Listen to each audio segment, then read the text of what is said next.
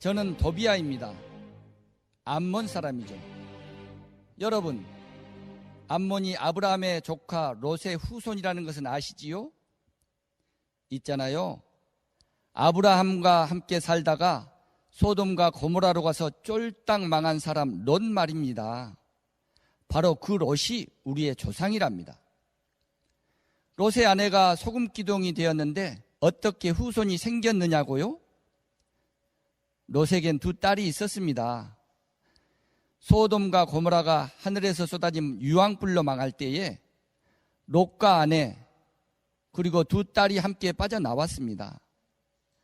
나오다가 롯의 아내는 소금기둥이 되고 롯과 두 딸만 남게 되었죠. 그때 롯의 두 딸이 가문의 대를 이을 생각으로 아버지에게 술을 잔뜩 먹이고는 아버지와 동침을 하고 아들을 낳게 됩니다. 그래서 롯의 첫째 딸이 낳은 아들이 모압의 조상이 되고 둘째 딸이 낳은 아들이 암몬의 조상이 됩니다. 물론 좋지 못한 방법으로 생겨난 민족입니다. 그래서 하나님도 모압이나 암몬을 미워하시고 복을 주지 않으셨습니다. 그래서 우리 암몬 사람들은 이스라엘 사람들을 미워한답니다. 주는 거 없이 괜히 얄밉고 싫은 거 있잖아요. 바로 이스라엘 사람들이 그렇습니다.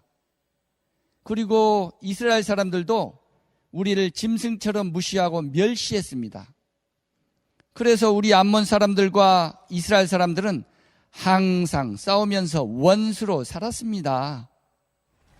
틈만 있으면 이스라엘에 쳐들어가서 부수고 빼앗고 죽이며 살았습니다. 하지만 그렇게 우리 암몬과 이스라엘이 전쟁을 할 때마다 이스라엘의 하나님이 이스라엘을 편드셔서 번번이 우리가 지곤 했습니다. 특히 다윗 왕 시절에는 우리가 꼼짝 못했었습니다. 다윗 왕의 아들 솔로몬이 이스라엘을 다스릴 때까지만 해도 우리 암몬이 이스라엘 사람들 앞에서 고개를 들지 못할 만큼 꼼짝 못했었습니다. 그때 얼마나 속상하고 자존심이 상했는지 아십니까? 그때를 생각하면 치가 떨립니다. 그런데 여러분, 기분 좋은 일이 생겼습니다. 글쎄 이스라엘이 폭삭 망했지 뭡니까? 눈에 가시 같았던 이스라엘이 완전히 망한 겁니다. 솔로몬 왕이 죽고 난 다음부터 이스라엘이 두 쪽으로 갈라지더니 조금씩 망해가는 겁니다. 결국 북쪽 이스라엘은 아수르라는 아주 큰 나라에게 망했습니다. 당시 왕이 호세아였는데 아수르 군대가 왕을 감옥에 가두고 3년 동안이나 사마리아 성을 포위하고는 모든 사람을 죽여버렸답니다. 아주 비참했습니다.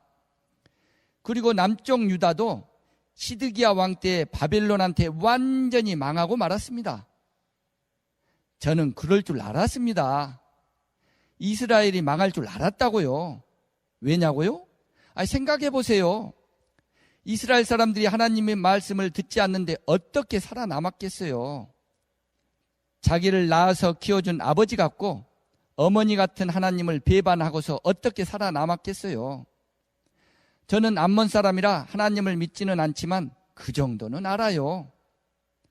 아무튼 이스라엘이 망한 일은 저에게 아주 기분 좋은 일이었어요.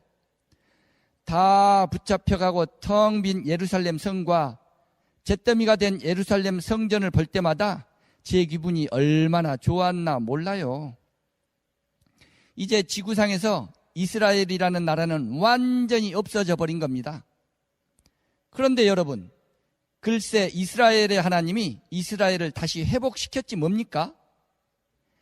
70년 동안만 바벨론의 노예로 살게 하다가 다시 이스라엘로 돌려보내신 겁니다. 깜짝 놀랐습니다. 어떻게 완전히 망했던 민족이 다시 살아날 수가 있죠? 제가 보기에 이스라엘은 회생불능 상태였습니다.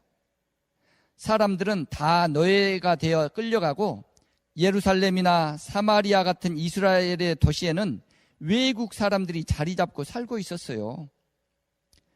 그런데 이스라엘 사람들이 다시 돌아왔어요.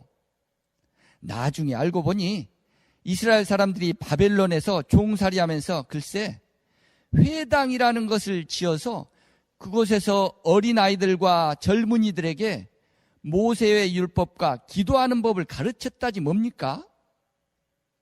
하나님은 이스라엘을 반드시 회복시킬 것이며 자기들은 반드시 예루살렘 성으로 돌아가게 될 것이라고 가르치며 오직 하나님만 섬기는 신앙으로 똘똘 뭉쳐 있었다는 겁니다.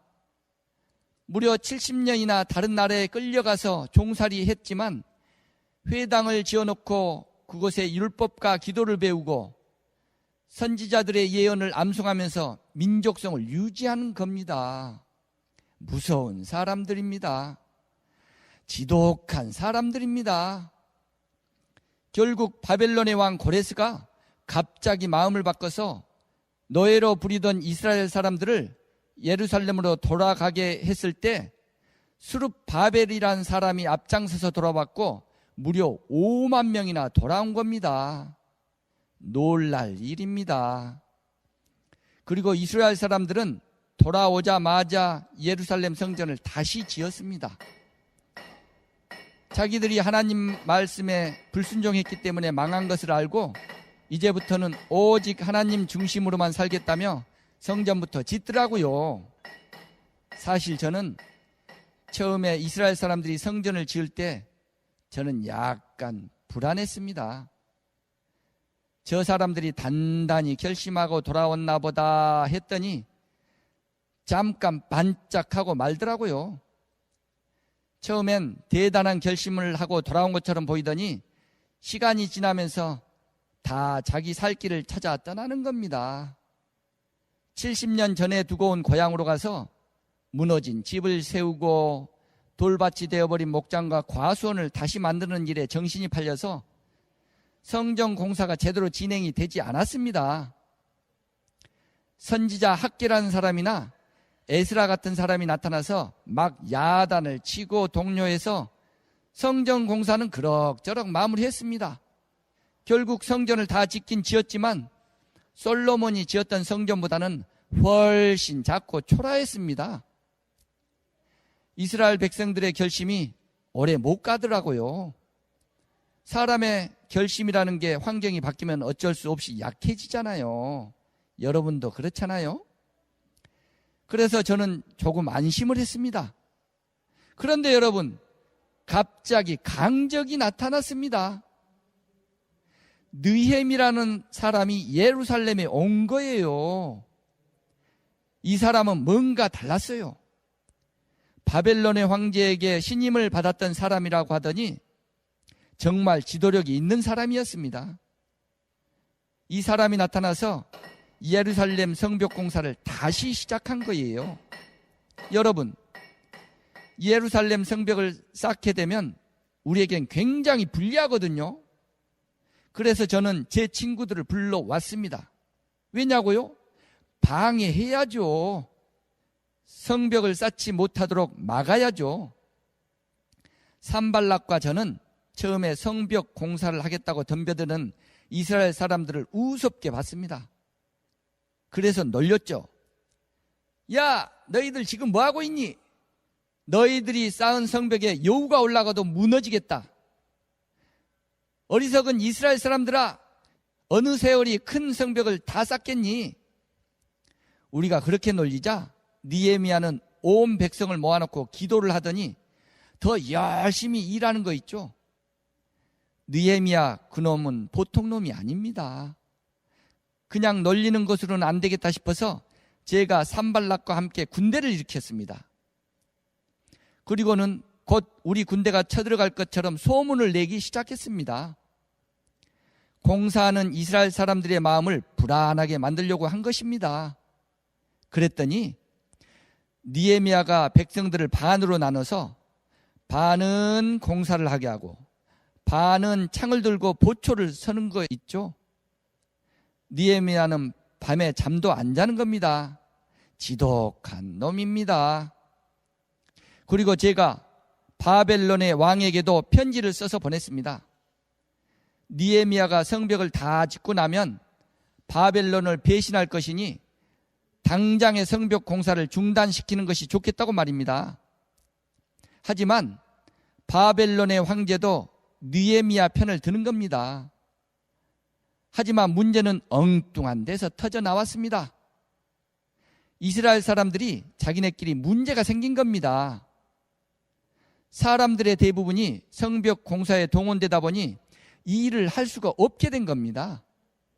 그래서 집집마다 먹을 것이 떨어지기 시작하자 그 틈을 타서 비싼 이자를 받고 돈을 빌려주는 사람들이 생겼습니다.